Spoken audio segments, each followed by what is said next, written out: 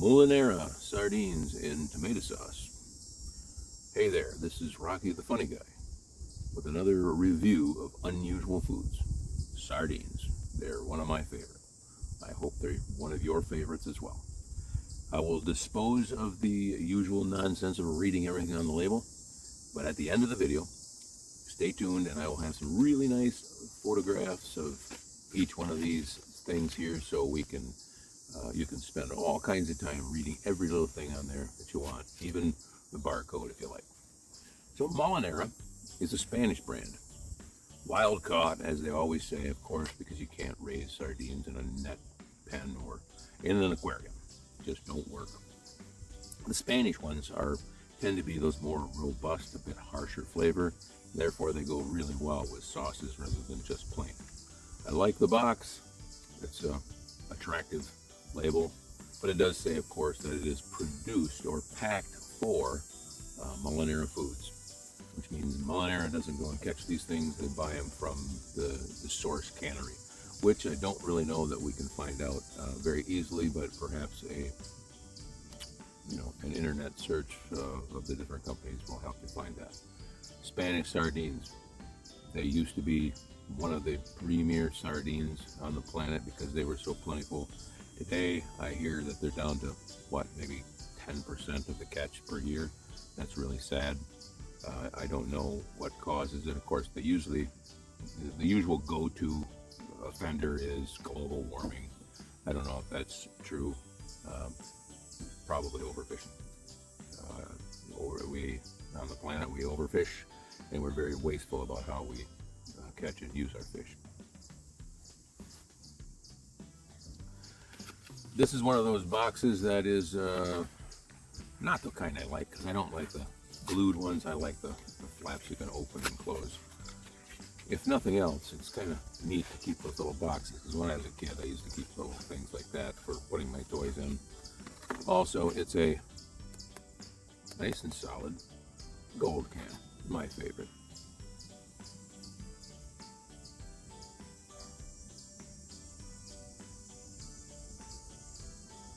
So we'll jump right in here. No hiss. Open quite well. This one contains sunflower oil. I'm going to drain the sunflower oil out prior to peeling the can open, but I will open it just a little bit farther and let you see maybe not, we'll have to look at that. Very enticing oil in there. I'm going to pour it right out onto the plate here.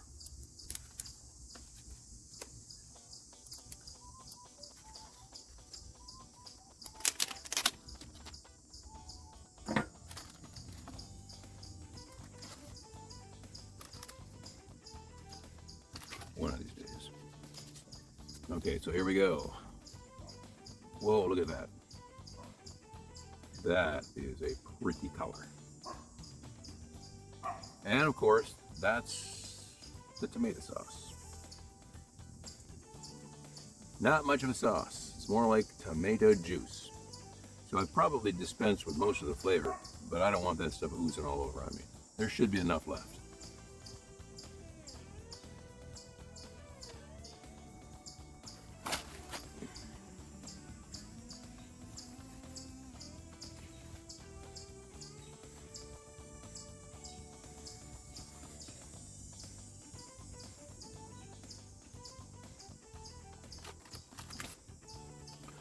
So we'll take the rest of the lid off. Ooh, this is a tough pull. Wow. Somebody needs to sharpen the die on this one.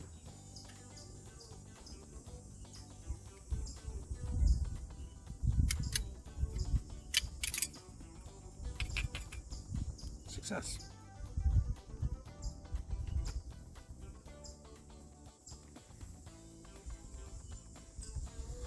And there you have it. Let's get a real good look at those.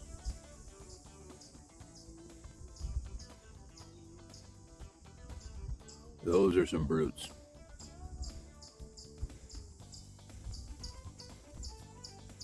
tend to not prefer the big Robusta varieties because they are much harsher in flavor. They're definitely meatier.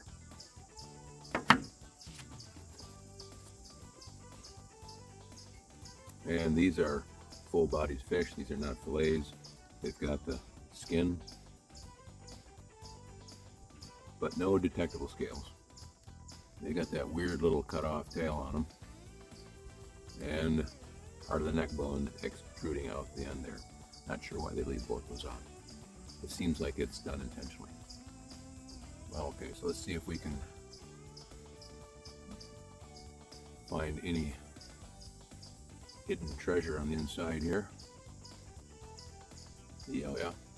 You can see there are some entrails there, and there's the study skeleton there for biology.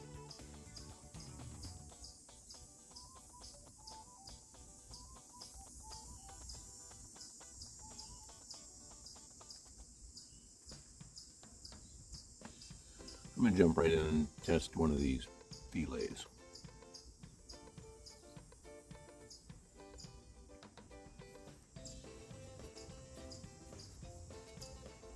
Amazing. Mild. Not the typical robustness that I usually get in these pilchard type of large bodied sardines. This is really mild. I'm surmising what has happened is the tomato sauce has acted as a buffer to the wildness or the robust taste, the harshness, and it has softened it. I taste no tomato sauce at all.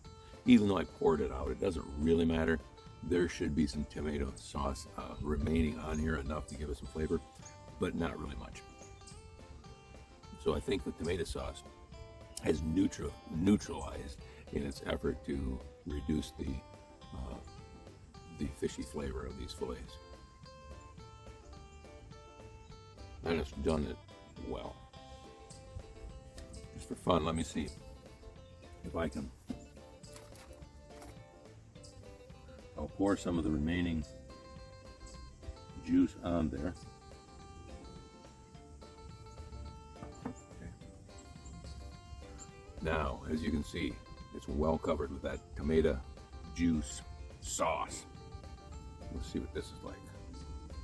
If this ramps it up a bit.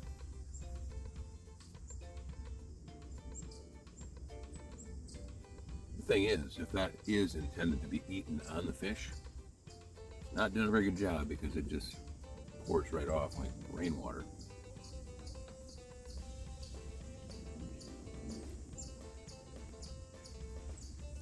Ain't happening. It really is not making any difference in the flavor of the fish. So to say that it's in the tomato sauce, yeah, questionable. There's no scales. The skin's very thin. The skin is thin. And the skin's good for you. So this is a pleasant experience. And the bones, of course, you know, undetectable.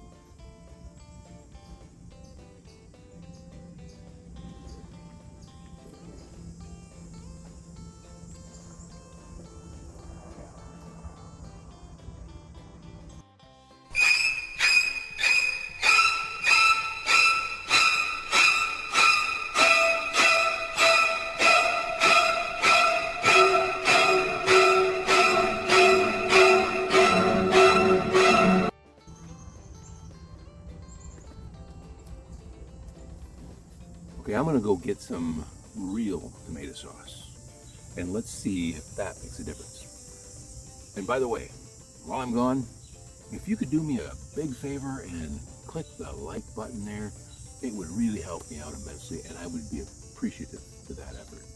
Thank you very much, and I'll be right back.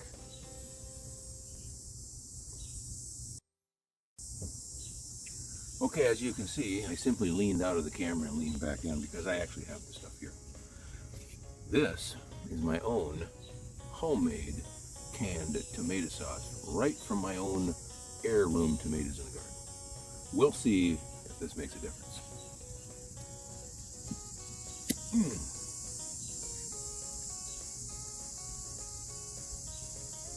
Smells like tomato sauce. Now, what I've done is I have separated one of the remaining fish into half portions, and I'm going to douse it with this homemade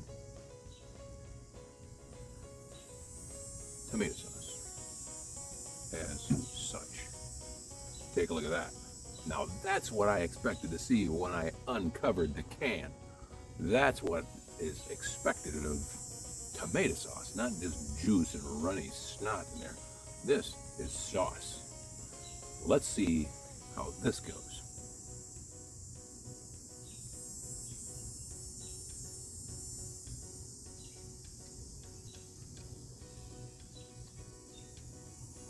One little nugget covered with sauce. That's how it should look.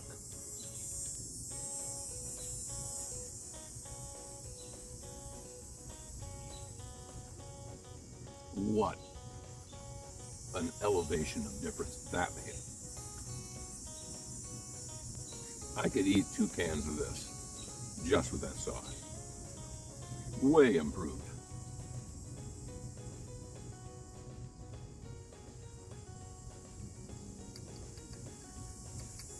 Amazing difference. If you ever get a can of fish or anything else that's got a disappointingly thin and meaningless sauce in there, tomato sauce, try your own tomato sauce from the store or homemade. Wow. Why don't they do this? Amazing.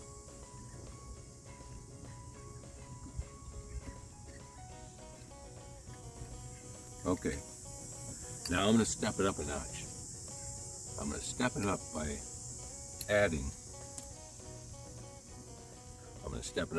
some genuine American tomato sauce. That's right, tomato ketchup.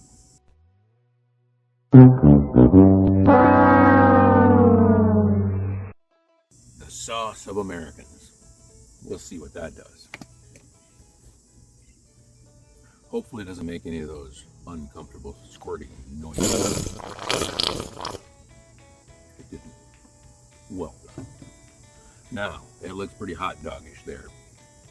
We'll give it a little stir. So we'll let it mix with some of the traditional sauce. But obviously this will step it up in sweetness.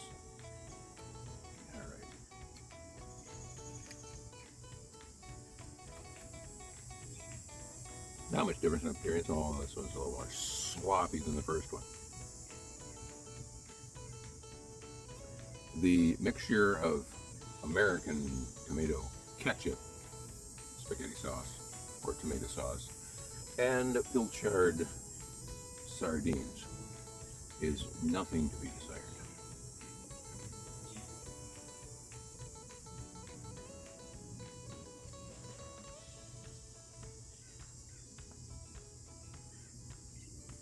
Nor is the mixture of ketchup helpful either.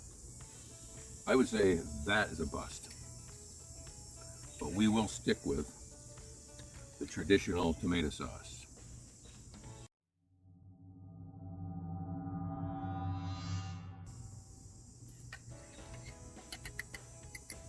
Let me go do that one again.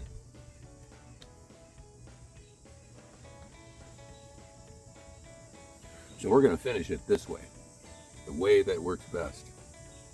Traditional tomato sauce on sardines. If your brand falls short, make your own.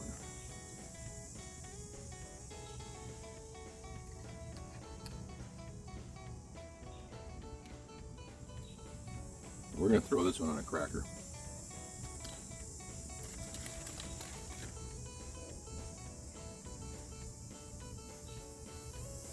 Now, what do you think about that for hors d'oeuvres? Man, that is just spectacular. It even smells okay. Yeah, it smells okay. It looks great, don't it?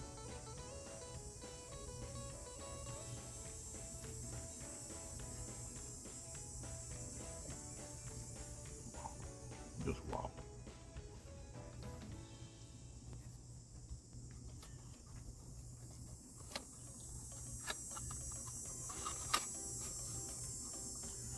Molinera sardines and tomato sauce. The fish are great. The sauce is a bit weak. Other than that, this was a great experience. So remember that for yourself. If you ever have sardines and tomato sauce or any other kind of fish and the sauce just falls short, get yourself a can of basically spaghetti sauce. It's absolutely fantastic. Until next time, thanks for watching.